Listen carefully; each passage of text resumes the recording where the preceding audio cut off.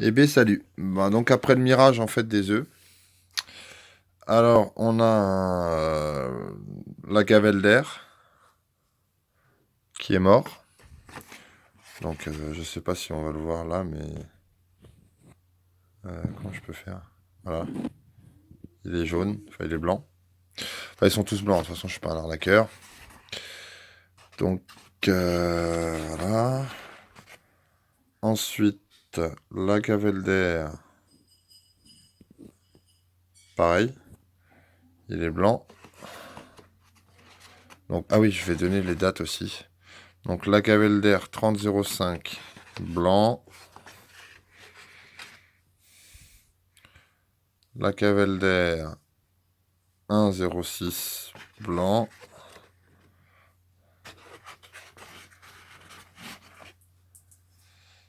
La gavelle d'air 31,05 blanc. Voilà. Pour cette race, on a fait. Alors ensuite, je ne sais pas ce que représente BCD. BDC, pardon. Je crois que pour moi, ça... Vu le style des œufs, je pense que c'est du braquel doré. Donc bon, bah moi je vais appeler ça un braquel doré. Donc BDC du 15,05 blanc.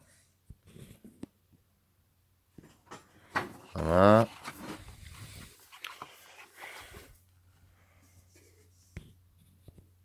Pareil, BDC du 11,05 blanc. Hop. Du 12,5. Merde. Comment je faisais pour bien voir l'intérieur, merde. Là. Oh. Bon bref, il est blanc. Je l'ai miré tout à l'heure. Voilà. Il est blanc, il n'y a pas photo. Et le dernier, BDC du 22,5. Pareil, il est blanc. Donc, BA, je pense que c'est braquel argenté, à mon avis. Du 30,05. C'est pas moi qui ai mis les inscriptions sur les œufs. Donc, voilà. Il est blanc, hein, je peux le tourner dans tous les sens. Il n'y a pas de fœtus, il n'y a rien. Ensuite, on passe au Yokohama. Alors, Yokohama C du 16,05. Pareil, blanc.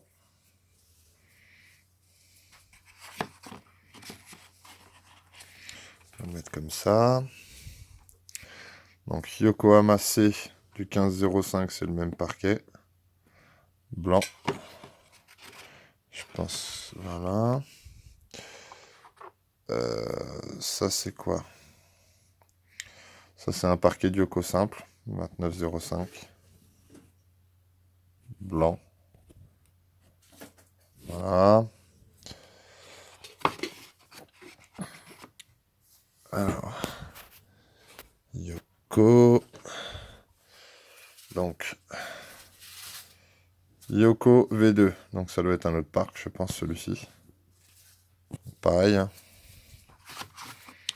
Donc, Yoko, ça en fait 4. Je vais les reposer là direct après. Hein.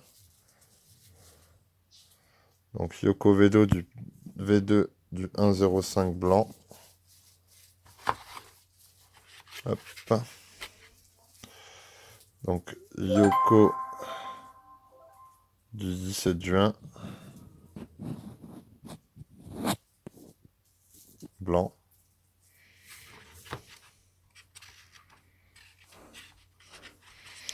Voilà. Là, on a un Yoko du 16,5. Pareil, hein, blanc. Voilà. Yokohama C. Donc ça va avec ces trois œufs là. 1, 2, 3 de ce parquet là. Non, 1, 2, pardon. Pareil. Hein. Tout ça c'est blanc. C'est pas fécondé. Donc Yoko C, hein, toujours.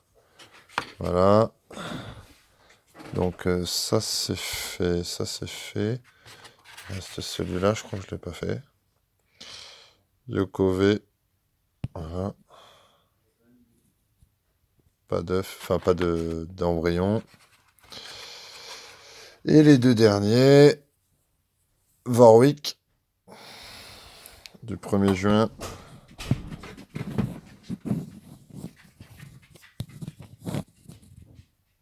Blanc.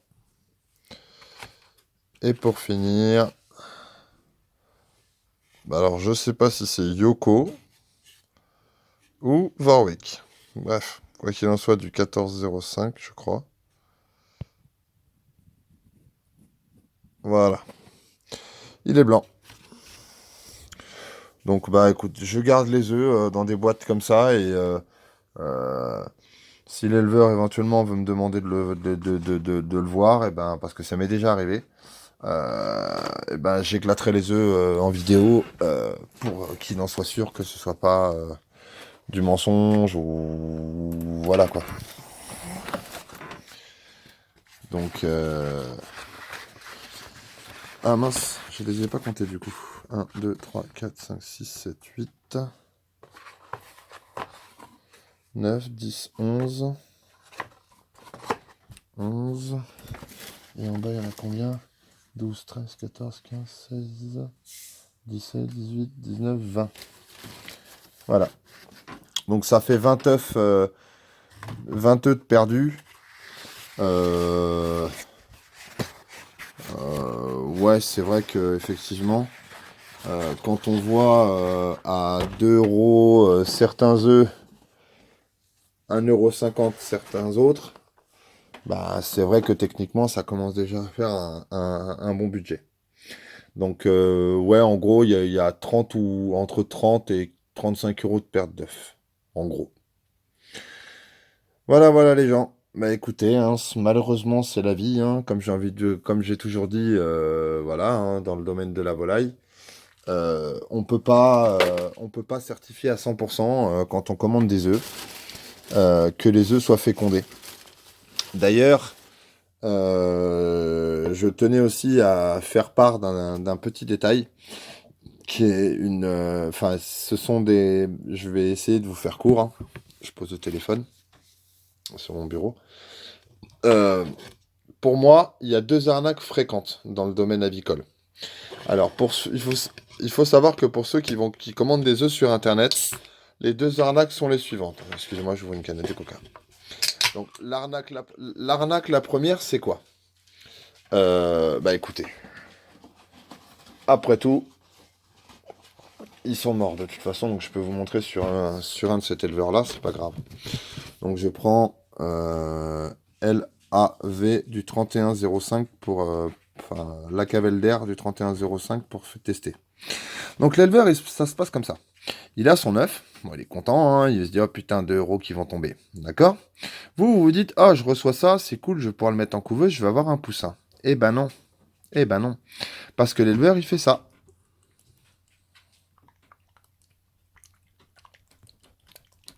Hop.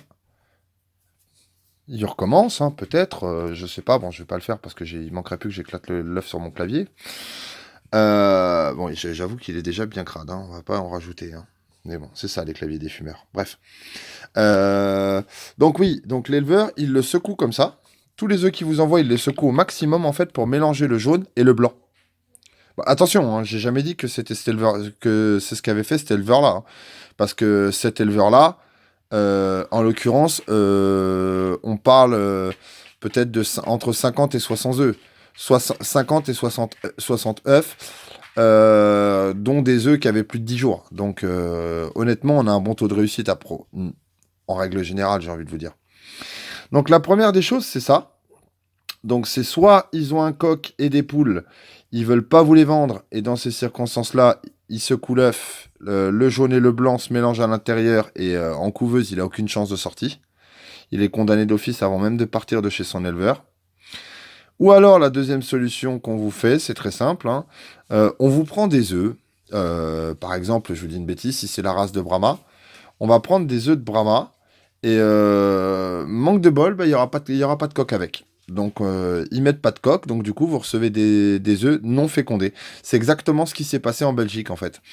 Parce que après avoir cassé les œufs de Belgique, hein, pour ne pas citer son nom, Nicolas Mons et Joe, son fidèle petit toutou servant, ces gens-là sont des putains, hein, sont des vrais escrocs, il n'y a pas photo, hein. En réalité, Joe se fait passer pour un éleveur, il aurait racheté des races à Nicolas, ceci, cela, machin, patin couffin. En réalité, il n'y a rien eu de racheté, hein. Les œufs qu'ils m'ont envoyés sont les œufs à Nicolas. Et après en avoir cassé deux, j'ai découvert que le blanc et le jaune étaient complètement mélangés. Donc j'en ai cassé deux, j'en ai cassé... Non, non, non, qu'est-ce que je dis? J'en ai cassé sept exactement pour vérifier. Et sur les sept, ils étaient tous clairs, évidemment, et le jaune et le blanc étaient tous mélangés. Donc du coup, comme les œufs, le blanc et le jaune étaient mélangés, c'est ou alors secouer volontairement avant de partir, ou alors des œufs blancs directement, parce qu'il faut savoir que les Belges, aussi cons qu'ils puissent être pour certains, ont tendance à mettre ont tendance à arnaquer les gens, particulièrement quand c'est des Français. La guerre franco-belge, elle est pas enterrée, elle est bien là et j'en ai encore eu la preuve là. Sur un plateau d'œufs que j'avais mis en couveuse qui venait de Belgique, je sais plus, je crois qu'on avait 24, je crois 12 ou 24, je sais plus exactement. Sur un plateau d'œufs que j'ai commandé en Belgique, non, il y en avait 12, puisque j'ai payé 47 euros à 2 euros l'œuf, plus 10 euros de frais de port. Euh, 16 euros de frais de port. Donc voilà, sur tous les œufs de Belgique que j'ai eu, manque de bol pour eux, il y en a un seul qui est sorti. Enfin, vous me direz, manque de bol pour moi, dans un sens. Oui, mais non. Parce que d'un autre côté, ça va pouvoir faire en sorte que mon sang soit modifié. De façon à ce que si c'est un coq ou si c'est une poule, je croise les doigts pour que ça devienne un coq, le poussin restant. Bien que mon éleveur habituel de Brahma qui est venu à la maison hier me livrer de 3 Brahmas, m'a clairement fait comprendre que c'est pas un poussin qui allait survivre, quoi. Qu'il était complètement farouché, complètement, vous savez, il est recroquevillé sur lui-même, voilà, il est un peu en boule, voilà. Donc quand c'est comme ça, on sait très bien que c'est un poussin comme celui de cet après-midi, qui va malheureusement mourir, parce que voilà, il est pas suffisamment solide pour survivre, comme on dit. C'est la loi de la jungle, quoi. Je veux dire, il y en a qui survivent, il y en a qui survivent pas. Allez, 50%, 50%, 50 poussins, pardon, sortis, vous allez avoir une perte en moyenne de, allez, entre 2 et 5 poussins, peut-être, dans le meilleur des cas. Parce que les gens qui vous diront, oui, moi j'ai mis 60 œufs en couveuse, j'ai eu 60 poussins, voire j'en ai même eu 61 puisque j'en ai mis 60. Vous comprenez un peu l'idée. C'est des gens qui racontent beaucoup de bobards. Moi personnellement, il n'y a pas une seule sortie de couveuse qui ne s'échoue pas par des décès. Que cela soit dans la couveuse, c'est-à-dire dans l'œuf, des poussins qui sont pas assez forts pour sortir de l'œuf, des poussins qui vont avoir des poches à air trop, comment ça s'appelle, trop petites, donc pas assez d'air pour pouvoir expulser, ouvrir la coquille. Des poussins qui vont mourir très, très tôt, dans les 48 heures après la naissance, parce qu'il faut savoir qu'un poussin ne mange pas et ne boit pas pendant minimum 24 heures après sa naissance, hein. Les gens qui veulent mettre de la miette, les gens qui veulent mettre de l'eau, le seul truc que vous risquez de faire en mettant de l'eau durant les premières 24 heures, c'est noyer votre poussin. Donc sachez-le. Les poussins ne boivent pas et ne mangent pas les 24 heures après leur naissance. Après, l'autre petit conseil que je vous suggère, c'est de mettre vos poussins par nombre important dans vos éleveuses. Ne mettez pas un poussin parce que c'est une race spécifique d'un côté et les autres poussins de l'autre. Non. Un poussin, il ne sait pas manger. C'est comme un bébé humain, c'est comme un bébé chien, c'est comme un bébé chat. Euh, Vous prenez un bébé, vous le lâchez tout juste sevré, il va être incapable de manger. Voilà. Vous prenez un bébé, on va prendre une comparaison de quel âge? Vous prenez un bébé de l'âge de 7 ans, vous lui dites fais-toi cuire des pâtes, il va en être incapable. Bah là, on est dans le même cas. Voilà. Donc ils ne savent pas se nourrir, donc du coup, il faut les aider. Donc il y a deux méthodes. Soit vous les mettez avec des poussins, Et dans ces cas-là, c'est très rapide en général. On va dire 90% de votre, ou 80, allez, je vais même être généreux, 97% de vos poussins vont apprendre à manger et à boire très rapidement. En revanche, s'il est tout seul, il n'y a qu'une seule solution, c'est pincer en fait et donner avec votre doigt. Je vais vous montrer. Par exemple, là, ma planche de bureau ici, c'est la gamelle de comment ça s'appelle? C'est la gamelle de nourriture. Et ben vous tapotez comme ça avec votre doigt de façon jusqu'à attirer son attention. Vous prenez les miettes, vous les prenez, vous les émiettez tout doucement, sans forcer. Le but n'est pas de broyer les grains. Le but est juste de les prendre entre vos doigts, comme si vous aviez un bec, et de lui faire comprendre que maintenant, attention, ça marche pas à coup sûr. C'est pas, voilà. Donc, si vous voulez des renseignements sur les poussins, il n'y a pas de souci. Si éventuellement certains d'entre vous souhaitent faire couver des œufs parce qu'ils n'ont pas de couveuse, demandez-moi, je vous demande rien, c'est gratuit, je suis pas là pour vous faire payer, voilà. Maintenant, après, bah, c'est sûr que si le poussin, une fois qu'il est né, si vous le récupérez pas le jour même sous une lampe chez vous avec ses frères et ses sœurs, bon, bref, peu importe, bah, je vous demanderai bah, chaque semaine une participation de temps pour la nourriture qui consommera chez moi. Mais voilà, n'hésitez pas à me demander. Par ailleurs, je passe également un message euh, comme quoi que je suis à la recherche de Brahma Herminé. Donc toujours en grande race hein, dans les Brahmas. Je ne fais pas de Brahma nain, pardon, malgré que j'ai un parquet blanc, mais je vais pas tarder à le vendre pour acheter justement un parquet de Brahma blanc taille XL, les grands Brahma blancs, taille normale quoi, grande race. Je suis à la recherche également d'un parquet de Wyandotte argenté, si possible le coq seul. Je suis également à la recherche de Brahma noir, Brahma caillouté, Brahma splatch, Brahma bleu. Voilà. Donc, si toutefois vous savez où trouver ce genre de coloris, attention, toujours en grande race. Faire attention à ce qui est bien levé du dos, très important. Les pattes jaunes et voilà quoi, une belle crête rouge et les couleurs conformes à la race évidemment. Voilà, bon bah pour la maison, beaucoup vont se demander mais qu'est-ce qui se passe? Il devrait déjà être dans sa nouvelle maison que j'avais trouvée, là, la fameuse maison avec les 7260 mètres carrés. Donc il s'avère que la propriétaire en réalité nous a joué un sacré tour. Jusqu'à il y a une semaine, elle nous vendait la maison, il n'y avait pas de souci, on devait aller au tribunal, n'importe quoi. On devait aller au notaire pour signer l'acte de la promesse de vente, etc., etc., etc. Donc, n'ayant pas de nouvelles du notaire, je la rappelle. Je lui dis, bah écoutez, j'ai pas de nouvelles de rendez-vous du notaire. Elle me dit, bah écoutez, c'est plus la peine de téléphoner au notaire, je vous la vends pas à vous. Bon, donc on en est resté là. Donc j'en profite également pour ceux qui éventuellement travaillent dans l'immobilier ou auraient éventuellement quelques contacts dans le domaine. Donc pour passer une petite annonce en sachant que je cherche une ferme, enfin un corps de ferme. La longère, enfin la maison n'a pas besoin d'être grande. Un salon avec de 20 mètres carrés, 30 mètres carrés qui fait salle à manger, une cuisine, deux chambres et c'est tout. J'ai pas besoin de plus au niveau de la maison. En revanche, dans ma recherche, ce que je cherche en priorité, c'est du terrain, vous devez vous en douter. Parce qu'en fin de compte, chaque parc en fait de mes poules fera 100 mètres carrés par race.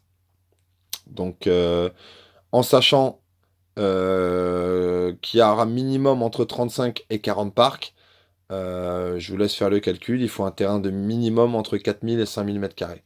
Voilà. Donc, pour l'instant, je ne vends pas de poules. Pour l'instant, je ne vends pas non plus de système de porte. Je sais que beaucoup m'ont demandé où est-ce qu'en était mon prototype pour savoir comment ce serait. Voilà. Dans l'optique, tout de suite, autant vous prévenir tout de suite, mon but est pas du tout, du tout, du tout de vendre des portiers automatiques. Mon but est pas du tout non plus de vendre le système qu'on est en train de créer avec très bon ami à moi euh, de lecture avec des puces électroniques à la patte. Donc on est en train de créer ça, donc je vous en dis pas plus parce que bon, pour l'instant je garde un peu de surprise. Mais voilà, une fois qu'on aura sorti le prototype, les prototypes et que tout ça fonctionnera correctement, c'est pas la peine de me harceler pour l'acheter. Je ne suis pas vendeur de prototypes. Si vous voulez éventuellement acheter un appareil pour ouvrir une porte ou fermer une porte de poulailler, vous avez un appareil qui est fabriqué par quelqu'un de formidable. Je crois que c'est un Canadien ou Québécois, je sais plus, peu importe. Je crois que c'est un Québécois de mémoire. Il s'appelle Sylvain. C'est un monsieur qui a pour métier électronicien et informaticien programmeur. Donc il a mis un prototype au jour qui fonctionne très bien, qui s'appelle le Chicken Valley, exactement. Donc il existe sous plusieurs formes. Il existe sous une forme avec une télétransmission dans la maison. Il existe sous une forme sans télétransmission. Il existe à pile. Il existe voilà. Vous pouvez demander à Sylvain en fait concrètement n'importe quelle modification pour son boîtier. Donc n'hésitez pas à faire une recherche sur YouTube, sur Facebook, Chicken Valley. Vous allez le trouver, hein. Sylvain est quelqu'un de très gentil, n'hésitez pas non plus à aller lui parler, hein, il va pas vous mordre. Euh, Et en plus, il est rigolo. Voilà, moi je l'aime bien, il est rigolo dans ses vidéos, il me fait rigoler. Donc voilà. N'hésitez pas à aller lui faire un petit coucou, partager ses vidéos, parce que bon ben il commence, j'ai envie de te dire, dans les vidéos YouTube, etc.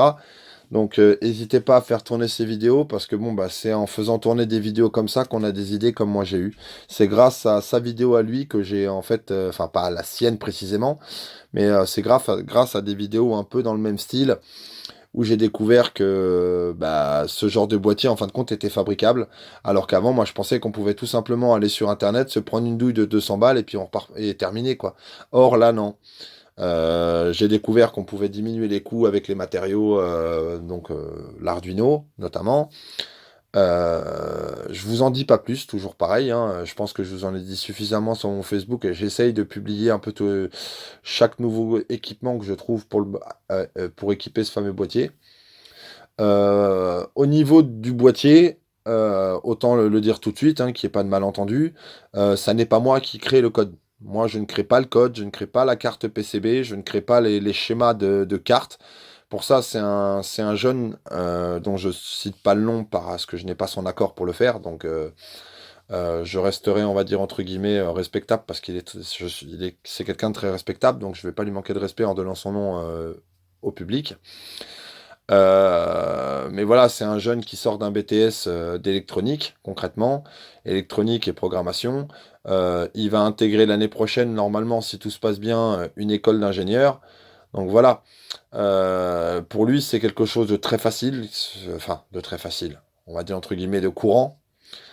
Alors que pour moi, bah, c'est quelque chose de nouveau. Donc, il faut savoir que l'apprentissage du code Arduino, pour apprendre à coder et savoir exactement ce qu'on fait, il est dit, d'après les concepteurs de l'Arduino, qu'il faut environ une période de 1 an, voire 1 an et demi, pour apprendre le code et pouvoir effectivement après coder soi-même. Donc je remercie énormément ce garçon pour toute l'aide qu'il m'apporte. Je remercie aussi Stéphane, hein, bien qu'en ce moment on parle plus trop du boîtier et qu'il est un petit peu plus distant. Mais bon bref, peu importe, je le remercie parce que c'est comme aussi grâce à lui qu'on a commencé à trouver les premiers composants. Donc au final, voilà, c'est en formant une équipe qu'on arrive à gagner, comme on dit.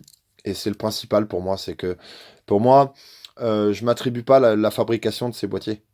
Du tout, du tout, du tout. La seule chose que je vais faire, c'est souder. Souder, coller, visser, voilà. Or, ça, n'importe qui sait le faire. On appelle ça un meuble en kit chez Ikea. C'est pareil, hein. Euh, Mon pote va me donner les schémas, va me donner les cartes, va me dire ce que je dois faire. Et concrètement, j'aurais plus qu'à suivre ses instructions à la lettre. Donc concrètement, c'est un meuble en kit, en fait, en quelque sorte, derrière. Donc, un meuble en kit, mais attention, qui prend énormément de travail. Parce que bon, il y a beaucoup de lignes de code à créer, il y a beaucoup d'options déjà dans le boîtier. De base, je suis parti avec un boîtier qui ouvrait simplement les fenêtres qui ouvrait simplement là une trappe en hauteur. Après, du coup, le boîtier va maintenant avoir un écran. Le boîtier va me donner la température. Le boîtier va avoir des LED. Le boîtier va avoir un bouton qui va se diriger gauche, droite, valider. Le boîtier va être équipé également d'une serrure RFID pour la sécurisation de la porte arrière. Bien qu'honnêtement, je me demande si ça vaut vraiment le coup parce que bon, un tournevis, on enlève les charnières, il n'y a plus besoin de la serrure. Donc bref, non, c'est juste l'idée comme ça. Je sais pas. Donc, en fin de compte, voilà, j'ai pas mal de petites idées pour intégrer au boîtier. Le problème, c'est que les petites idées, bah, vont faire perdre énormément de temps à mon pote et c'est juste ça qui m'embête. Parce que bon, il est en vacances, donc j'aurais bien aimé qu'il profite de ses vacances, mais bon. C'est un mordu des électroniques. Alors, on n'y peut rien. Je vous souhaite une bonne journée. Je pense que là, au bout de 25 minutes, on va couper cette vidéo parce que je pense que d'ailleurs beaucoup d'entre vous ne l'ont pas suivi jusqu'au bout, ont eu la flemme, ont avancé pour dire mais qu'est-ce qu'il raconte, pour aller plus vite. N'hésitez pas à me poser des questions, mettre des commentaires si vous avez besoin ou comme d'habitude, ceux qui ont l'habitude de le faire, venez en privé, il n'y a pas de souci. À bientôt tout le monde. Ciao, bye.